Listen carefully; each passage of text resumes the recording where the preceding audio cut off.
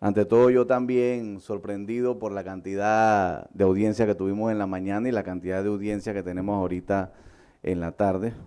Buenas noches ya, decano, director de escuela, colegas, profesores, estudiantes, compañeros todos y quienes también nos siguen por YouTube. Vamos a poner un videito rápidamente, para ver si me dan sonido, y después del video vamos a explicar unas cuestioncitas, porque a mí me gusta siempre chocar, como yo digo en mis clases, porque hay que ver todos los puntos de vista, ¿no? Y al final poder entender dónde está ubicado Panamá. Y en la presentación que están viendo en las distintas pantallas y monitores, que ven un reloj es porque el tiempo avanza, es imparable, ¿sí? El tiempo es lo único que nosotros no podemos restar de ninguna manera. Y vamos al revés del reloj, del 1 hasta el 7, porque vamos contra el tiempo efectivamente para poder tomar decisiones en cuanto al tema del entendimiento de lo que son los recursos naturales de Panamá, y dentro de esos recursos naturales están los recursos minerales. Así que vamos a ver un pequeño ejemplo de otro país, un poco lejano, pero ahora verán poco a poco en la presentación, ajustándome al tiempo que me han dado, qué tiene que ver esto con el contexto. Vamos para allá, si ya tenemos sonido. Vamos a ver. Es un hecho. Noruega ha conseguido llegar a la cima de la economía mundial. El país escandinavo se encuentra en los primeros puestos de la lista mundial de la mayoría de indicadores económicos y de bienestar. Es uno de los países del mundo con mayor PIB per cápita, con mayor renta per cápita, y su deuda es estable y ronda el 40% del PIB. Muy lejos de la deuda española, que ya es mayor del 100% del PIB, o de Japón, cuya deuda está en el 235% de su PIB. También es uno de los países con mayor índice de desarrollo humano, es decir, que tienen una pedazo de calidad de vida de flipar, e incluso es uno de los países con un menor coeficiente de Gini, o dicho de otra manera, es uno de los países con menor desigualdad entre ricos y pobres de todo el mundo. Por si esto fuera poco, Noruega es uno de los países donde es más fácil hacer negocios y prácticamente ha alcanzado el pleno empleo. Pero, ¿cómo ha llegado Noruega a esta situación? ¿Qué ha hecho su gobierno para poder dar tanto bienestar a su población? O mejor dicho, ¿qué no ha hecho? Pues venga, poneros cómodos que arrancamos. Igual algunos estáis pensando que Noruega ha hecho todo esto a base de liberalismo, de rebajar impuestos, flexibilizar despidos y de explotar a los trabajadores haciéndoles trabajar mucho, cobrando poco, ¿no? Pues nada más lejos de la realidad. Las condiciones laborales en Noruega son muy buenas y prácticamente nadie excede su horario estrictamente laboral. De hecho, la cantidad de noruegos que trabajan más de 50 horas semanales es de apenas el 3%, por el 11% que es la media de la OCDE. Pues bien, vamos a empezar con la historia de cómo Noruega se ha convertido en el modelo económico soñado por todos. En los años 60, es decir, hace nada, Noruega era un país con una economía, digamos, modesta, que prácticamente vivía de la pesca y poco más.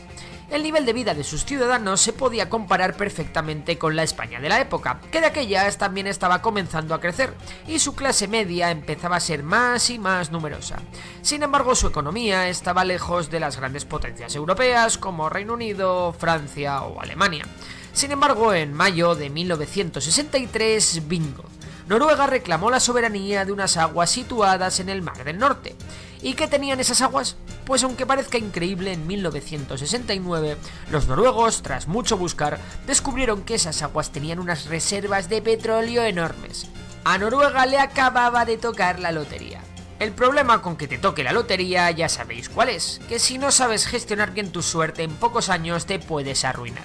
Y antes de que quitéis el vídeo, tranquilos que esta no es otra historia de cómo un país se ha hecho rico a base de vender petróleo. Bueno, en realidad sí, pero Noruega no es Arabia Saudí.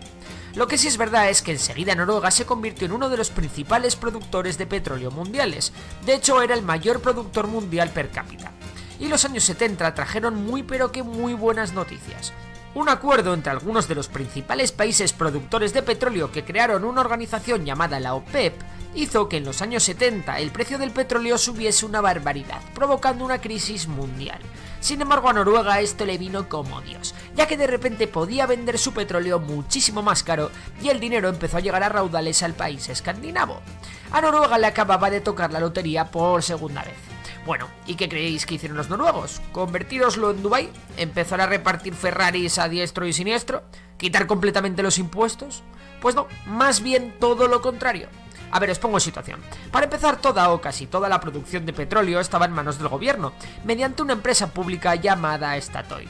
Y sí, es verdad que durante los años 70 la economía noruega multiplicó por 5 su PIB, pero el gobierno noruego no permitió que toda la economía de Noruega pasase a ser dependiente del petróleo, y esto es súper importante. Imagínate que como el petróleo es lo que más dinero te da, haces que toda tu economía, es decir, que el 100% de tus recursos se centren en sacar petróleo, que es lo que te está haciendo rico. Eso tiene sentido, ¿no? Sí y no. Muchos países han obrado así.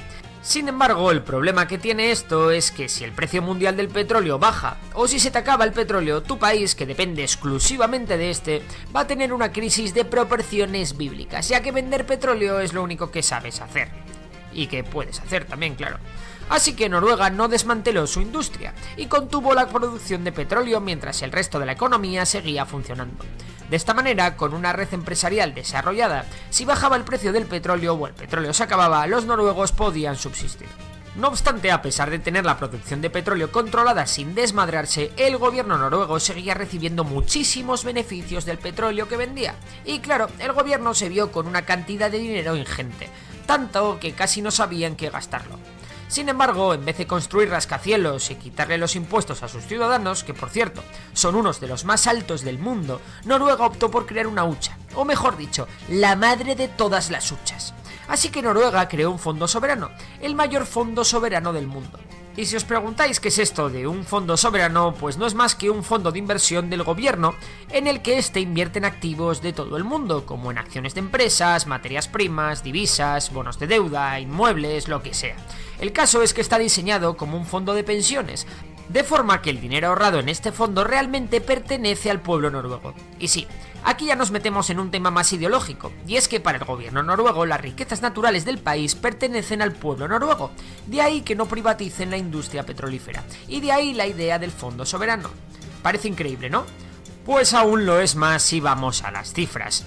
Para que os hagáis una idea, el fondo soberano tiene un valor aproximado de 1,2 billones de euros, es decir, una cifra similar al PIB de España. Si dividimos el valor de este fondo por el número de habitantes de Noruega, nos sale que a cada noruego le corresponden más de 200.000 euros.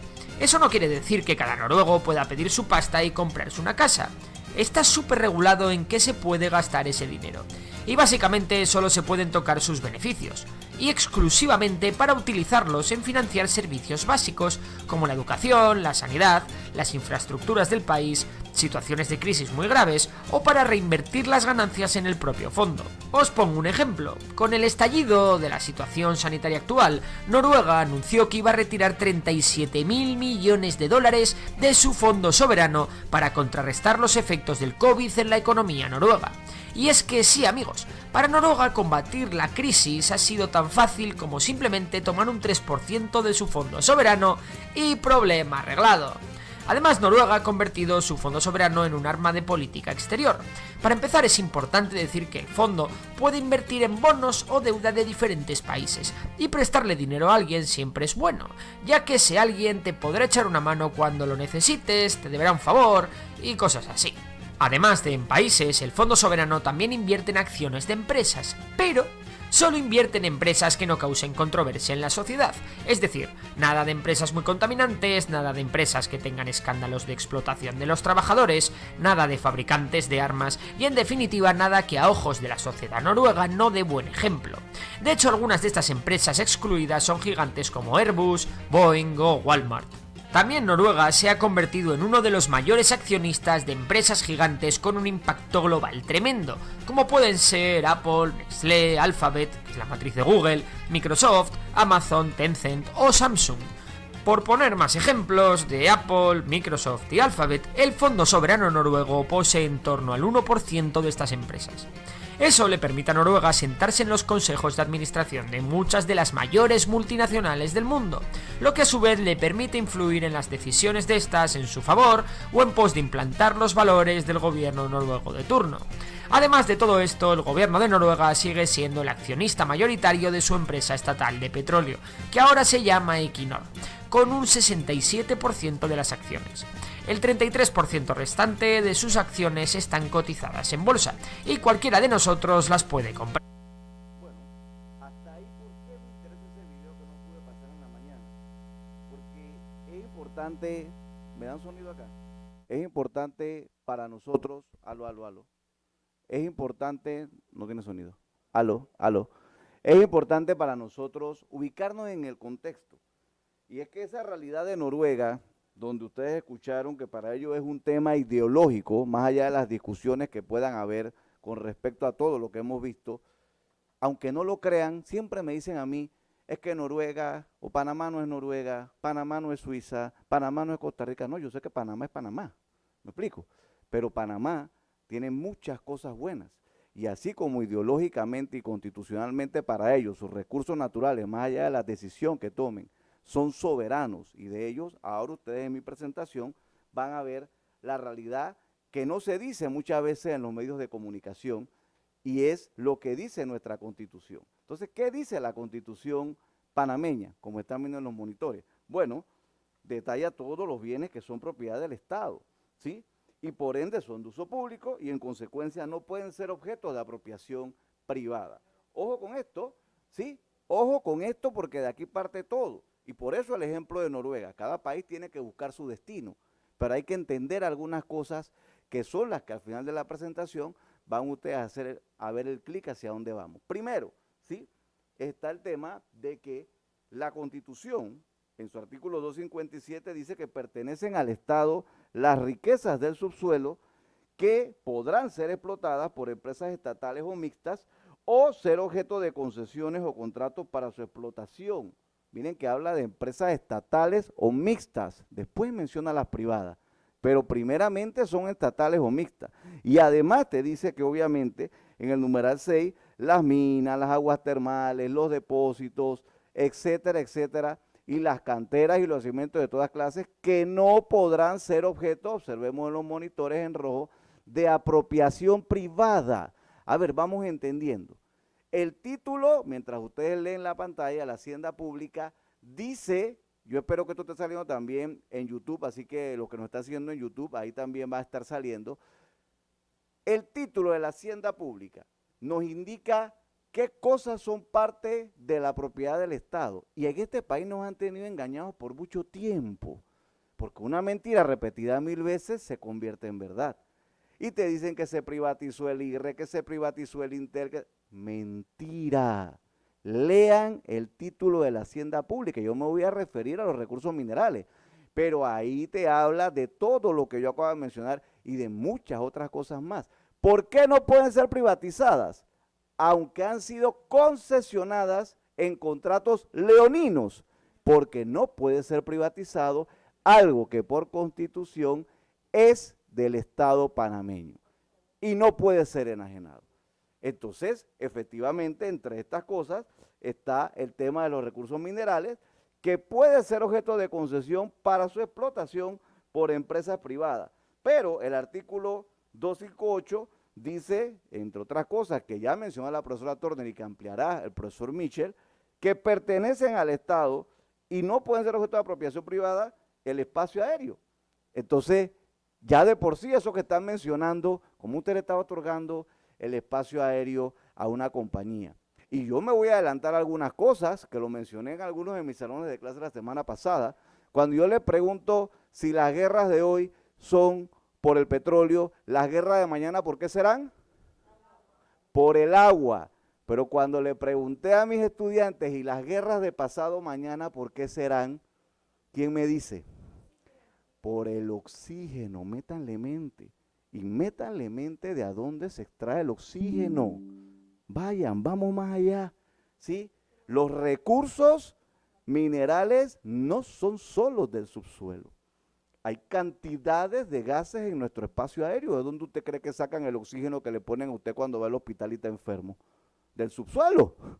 Y el neón en el que ustedes tienen sus carros con luces de colores, ¿sí? Y el helio que le ponen a los globitos para regalarle a la novia o el novio. ¡Ey!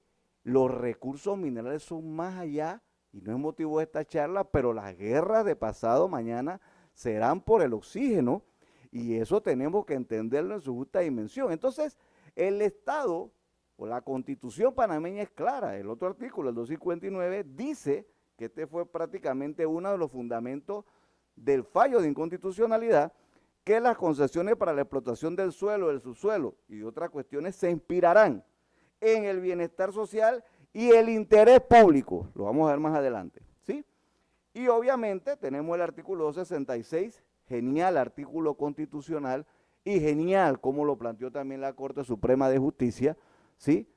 El profesor Zamorano fue uno de los magistrados que firmó esa sentencia que está aquí con nosotros, y el profesor Sedalice también fue otro de los magistrados que es profesor aquí y firmó ese fallo de inconstitucionalidad. Dice, ahí comienza que la ejecución o reparación de obras, pero vámonos a lo que está en amarillo, cuando dice, y la venta o arrendamiento de bienes pertenecientes a los mismos, o sea, al Estado. O sea, los recursos minerales de su suelo son bienes pertenecientes al Estado, ¿sí? Se harán, salvo las excepciones que determina la ley, mediante licitación pública. Y lo que pasa es que todas las concesiones del Estado panameño han estado dándose de forma directa a través de la figura de la concesión directa y no a través de la figura de la licitación de recursos minerales. Entonces, esto es lo que dice la Constitución. Lean completo el título de Hacienda Pública, pero esto nos lleva a ¿qué cosa? Nos lleva a lo que dice nuestro Código de Recursos Minerales, entonces.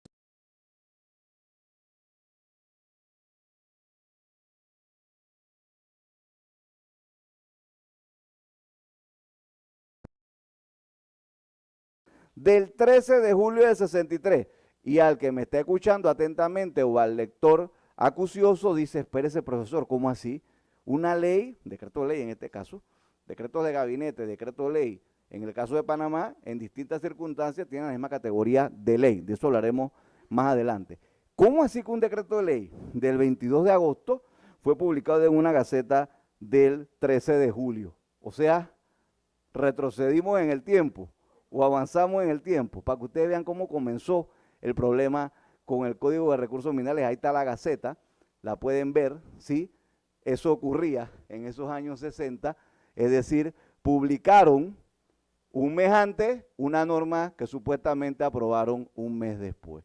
Y así ha estado publicada en nuestra Gaceta Oficial, y también en letra lo mismo, ¿no? Ahí está el número y esta es letra. Entonces solamente le digo esto para que vean, como verán más adelante, cosas que les sorprenderán, y llegamos a un punto esencial, que el Código de Recursos Minerales, vamos un poquitito para atrás, en su artículo primero dice lo siguiente, acuérdense algo, a mis estudiantes les digo yo, el espíritu de una ley está consagrado en su artículo primero, por eso dice la técnica legislativa y el reglamento orgánico del régimen interno, que rechazado el artículo primero de cualquier ley, se entiende rechazada la ley completa. Ahora veremos eso, porque ese fue el argumento cuando en el año 2019 se rechazó ya este proyecto, como veremos más adelante. Entonces, el presente código se denomina Código de Recursos Minerales y tendrá por objeto estimular y reglamentar la exploración y extracción minera. Primordialmente, aquí torcieron, que son una de las cosas que esta facultad va a tener que demandar de inconstitucionalidad. Primordialmente a través de la iniciativa de inversión privada. Si yo les acabo de leer que la Constitución dice que primordialmente a través de empresas estatales y mixtas. Ya el código allí le dieron la vuelta, pero después dice, en todo el territorio de la República, y promover el desarrollo vigoroso de la investigación, transporte, beneficios necesarios o convenientes para asegurar ¿qué cosa? La disponibilidad de estos minerales en una escala nacional e internacional. ¿Cuál es el espíritu del código? En Panamá hay un código de recursos minerales, que el Estado tenga la disponibilidad de ese recurso. ¿Para qué usted siembra arroz? Para el consumo nacional primero, lo que le sobra lo exporta, por lo menos eso debe ser la lógica. ¿Para qué usted cría animales? Para el consumo nacional, lo que sobra exporta. Esa es la lógica en cualquier país. ¿Cuánto nos queda a nosotros del cobre que han sacado en Colón? Nos queda algo, pero si el principio del Código de Recursos es que si tomamos la decisión, porque la decisión puede ser no o puede ser sí, pero si la decisión es sí, tiene que estar inspirada en esto, en la disponibilidad local, porque si no somos unos tontos que exportamos lodo de cobre y exportamos lodo de cobre, que es lo que exportamos, e importamos cobre. Entonces, ¿para qué estamos nosotros haciendo esto? Es como que usted exportara pollo con pluma y usted importe el pollo procesado y le cuesta 3 veces más lo que importa que lo que exporta. Tiene un déficit en la balanza comercial. Entonces, el otro artículo, en lo que yo le llamo el ABC, es de los derechos de propiedad. Y aquí esto es interesantísimo. Si ven en la pantalla, están los chicos preguntándose, y es que te traen en el artículo 2 un tema, y es que dice que podrán ser objeto, no podrán ser objeto, perdón, como dice la Constitución, de apropiación privada los bienes de su suelo, pero podrán ser concedidos en usufructo. ¿Cómo así? Que podrán ser concedidos en usufructo. Pero además dice al final que a pesar de que los minerales, mediante estas extracciones, ¿sí? Dice, en usufructo, en la forma y condiciones que dicta la Constitución. Ahora vamos a ver si es que la Constitución habla de usufructo y si es que el Código habla de lo mismo. Pero además dice que aunque pertenecen al Estado y podrán ser objeto de apropiación privada, en el último párrafo, el que los extrae pertenecen al concesionario. O sea, te has saltado el principio constitucional planteando en el Código, sin usar la palabra propiedad, que le pertenecen al que los extrae. Entonces, la pregunta que surge es, ¿la Constitución política habla algo de usufructo? No, no habla nada de usufructo. No lo tiene. Y el Código de Recursos Minerales lo menciona en 2 artículos, este que les acabo de leer y el 278 que no habla casi nada. Es el Código Civil el que habla del usufructo. ¿Y qué es el usufructo? Para los que nos están siguiendo y no conocen bien la figura, ¿sí? Como dice ahí, da derecho a disfrutar de los bienes ajenos con la obligación de conservar su forma y sustancia, a no ser que el título de la Constitución o la ley autorice otra cosa. Pero además podemos ver el 453, también el Código Civil, que dice que el usufructo se constituye por la ley y la voluntad. Bueno, lo ha constituido en el Código de Recursos Minerales, pero vamos a ver el tipo.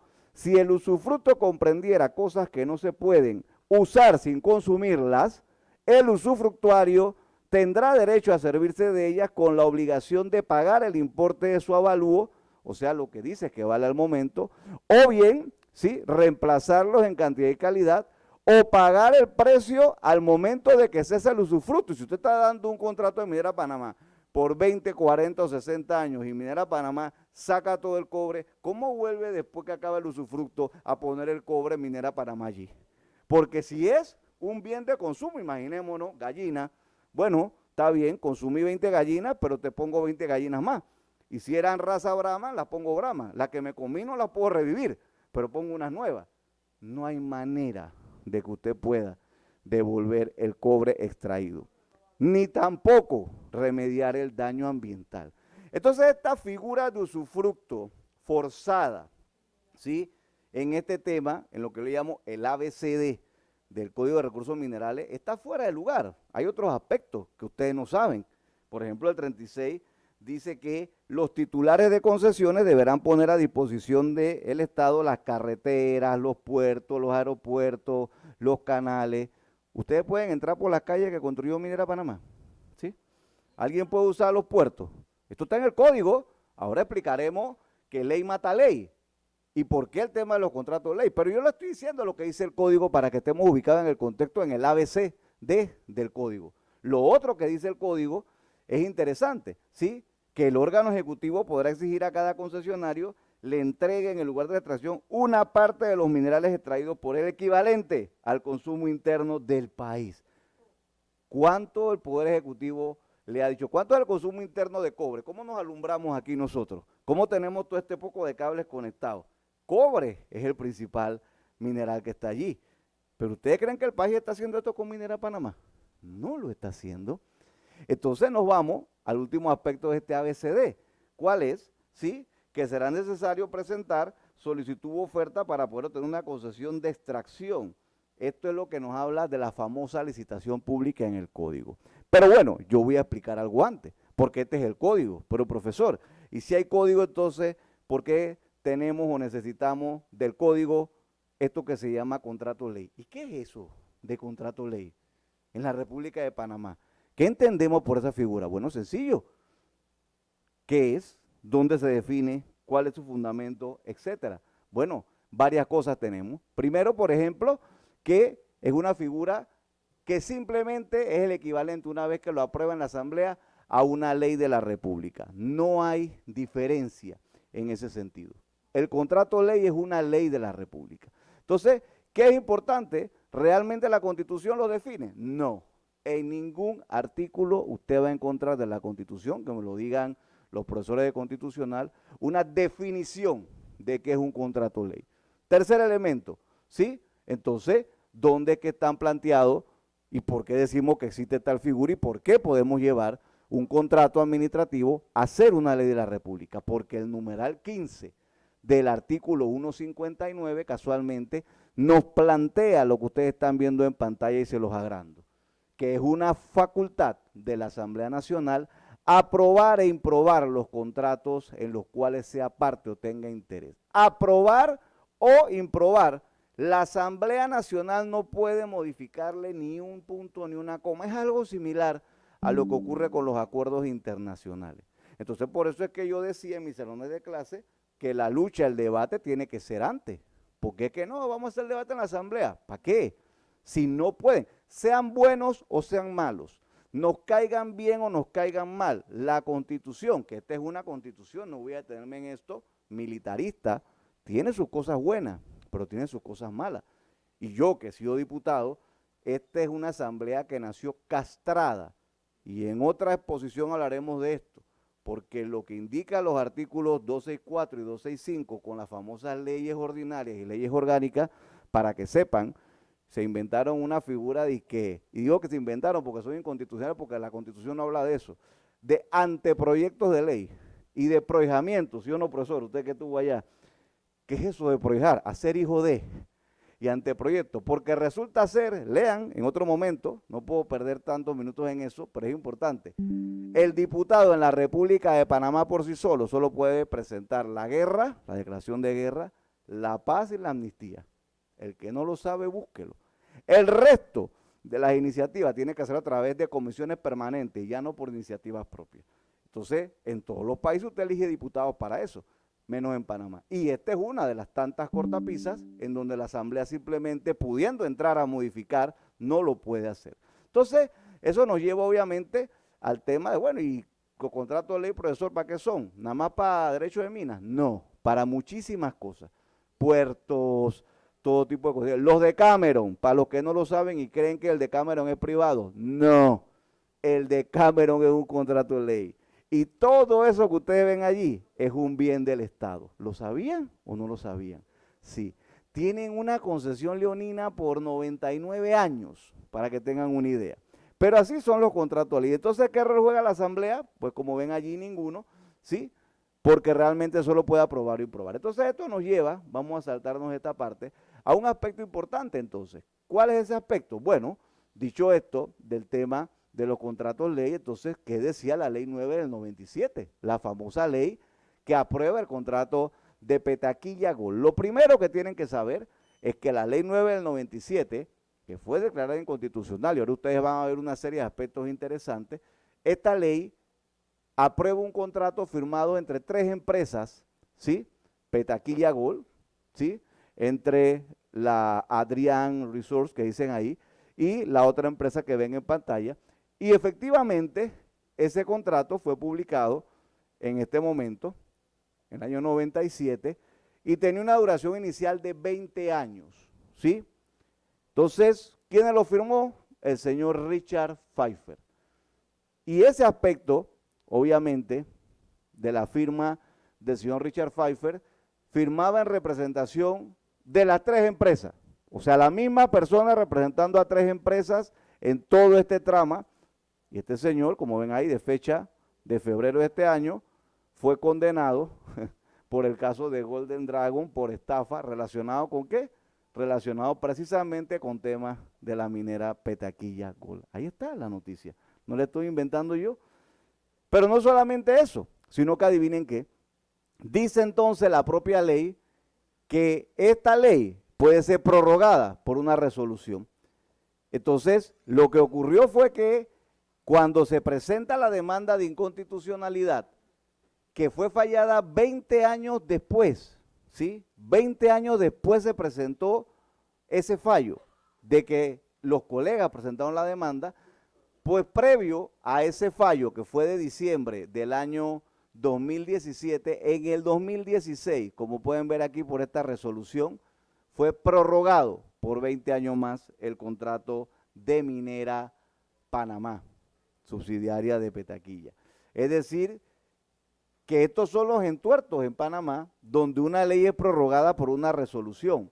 Pero no solamente eso, sino que efectivamente el tema referente a lo que ocurrió nos lleva a qué dijo entonces el fallo de inconstitucionalidad de la Corte Suprema de Justicia, fallo del 2017, pero que fue publicado, observen esto, vean la flechita ahí, a pesar de ser del 2017, ¿cuándo fue publicado, como mencionó la profesora Turner? En el 2022. Entonces la pregunta es, ¿y por qué, profesor, un fallo del 2017 se publica 4 años después?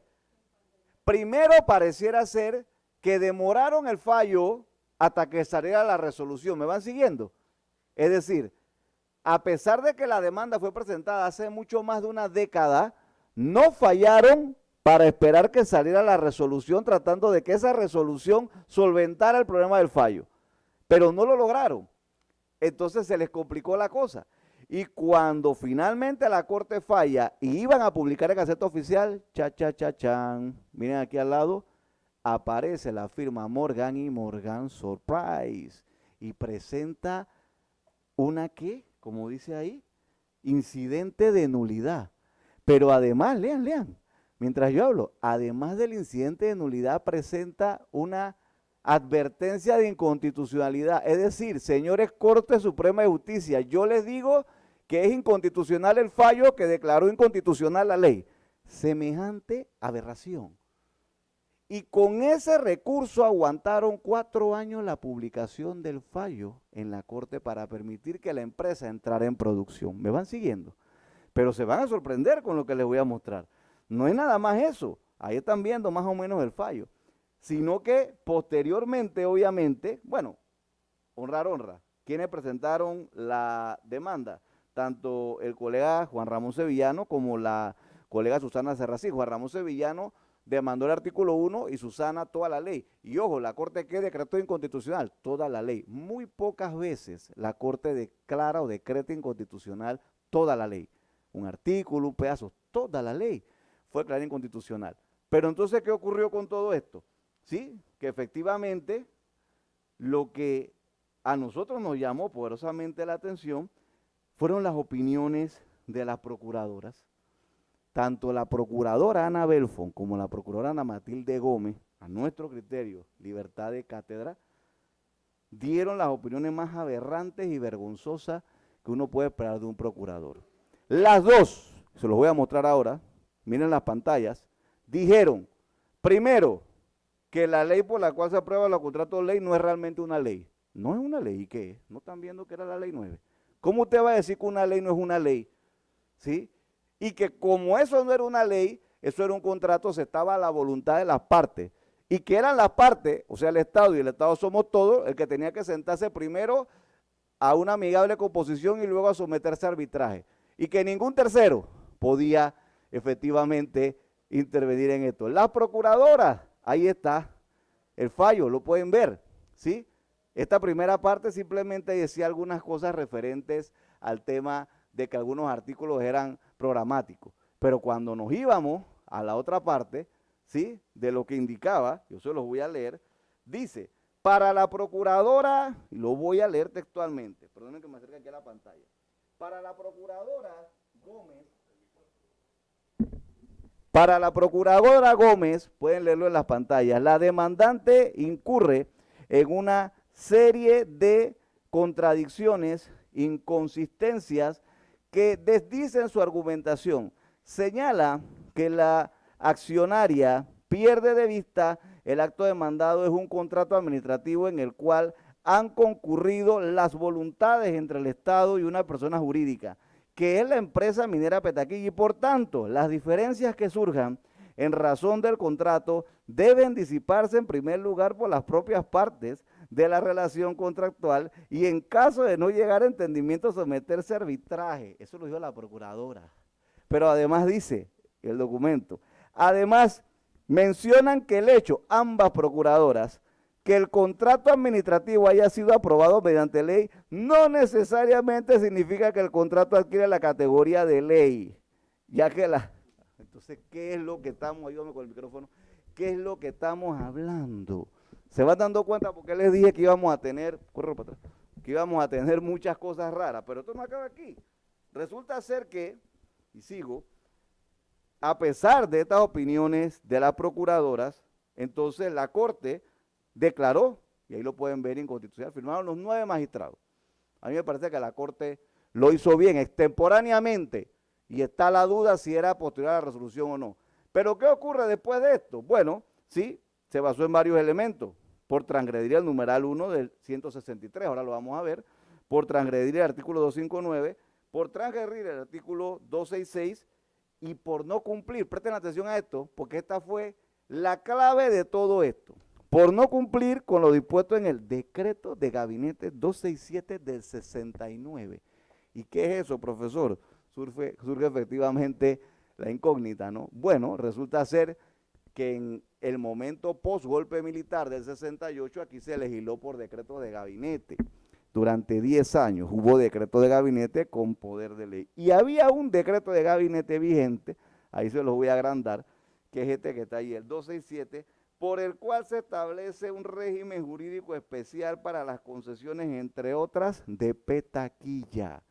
Y por lo tanto, bajo el principio de estricta legalidad de la Constitución, para poder entregar la concesión, tenían que haber cumplido con lo que disponía este decreto de gabinete. Y en esto se basó uno de los argumentos, por uno de los más fuertes, la Corte para plantear la inconstitucionalidad. Se incumplió con lo que decía el decreto de gabinete, que es ese que ven en pantalla un poco borroso porque es antiguo.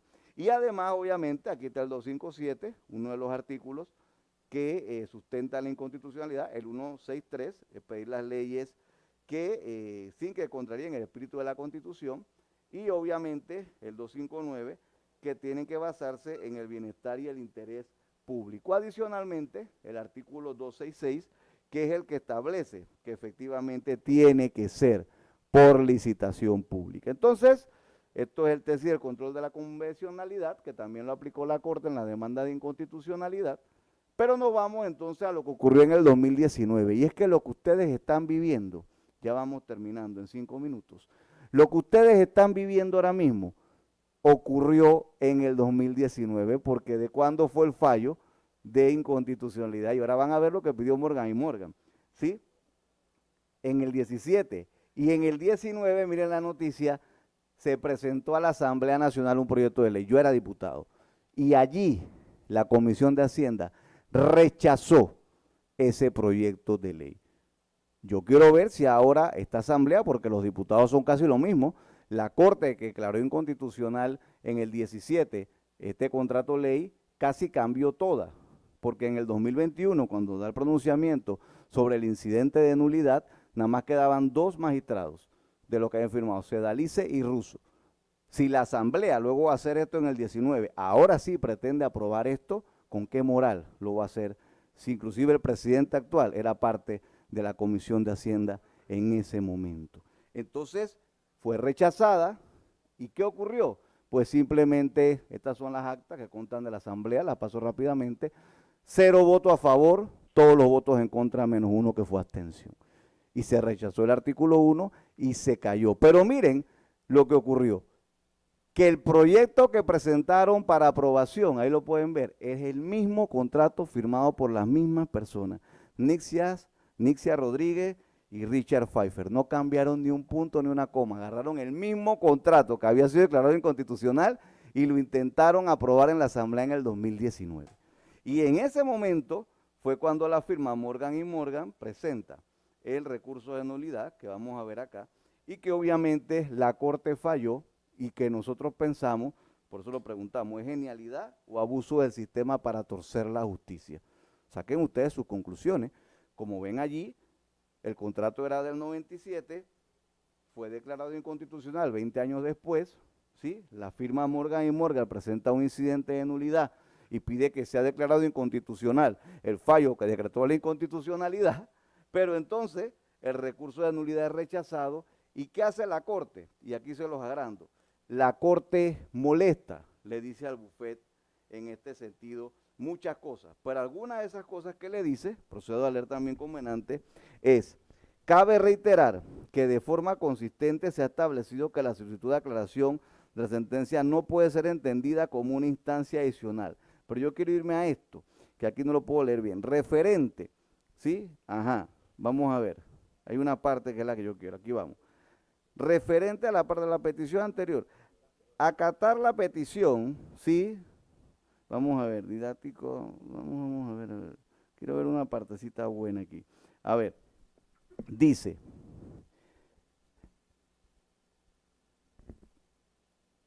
vámonos aquí, ahora sí.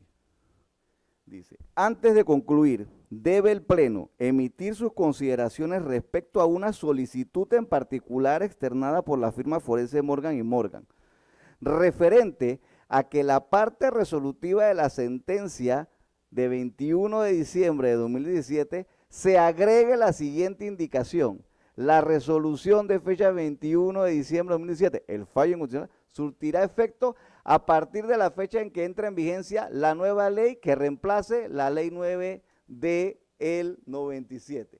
O sea que Morgan & Morgan le pedía a la Corte Suprema de Justicia que su fallo dijera que ese fallo en constitucionalidad iba a esperar para entrar en vigor a que se aprobara un nuevo contrato. Y la Corte le dijo, para no cansarlo, que no, que eso era improcedente. Entonces, en ese sentido es interesante para que vean todo lo que ha venido ocurriendo.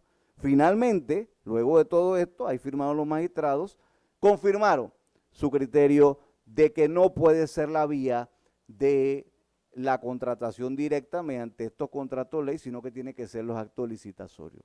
Y termino diciéndole rápidamente, sí, esto de qué pretende el nuevo contrato, lo va a hablar el profesor Michel, pero termino diciéndole rápidamente que para nuestro criterio, la facultad tiene que caracterizarse rápidamente en el sentido de, se me fue ahí un poquitito, caracterizarse rápidamente en el sentido de ¿qué? En el sentido de entender varias cosas. Que la República de Panamá, por constitución, es dueño de sus recursos. Que este tema de expropiación, nacionalización, no aplica, porque Panamá no puede expropiar lo que le pertenece. ¿Me siguen?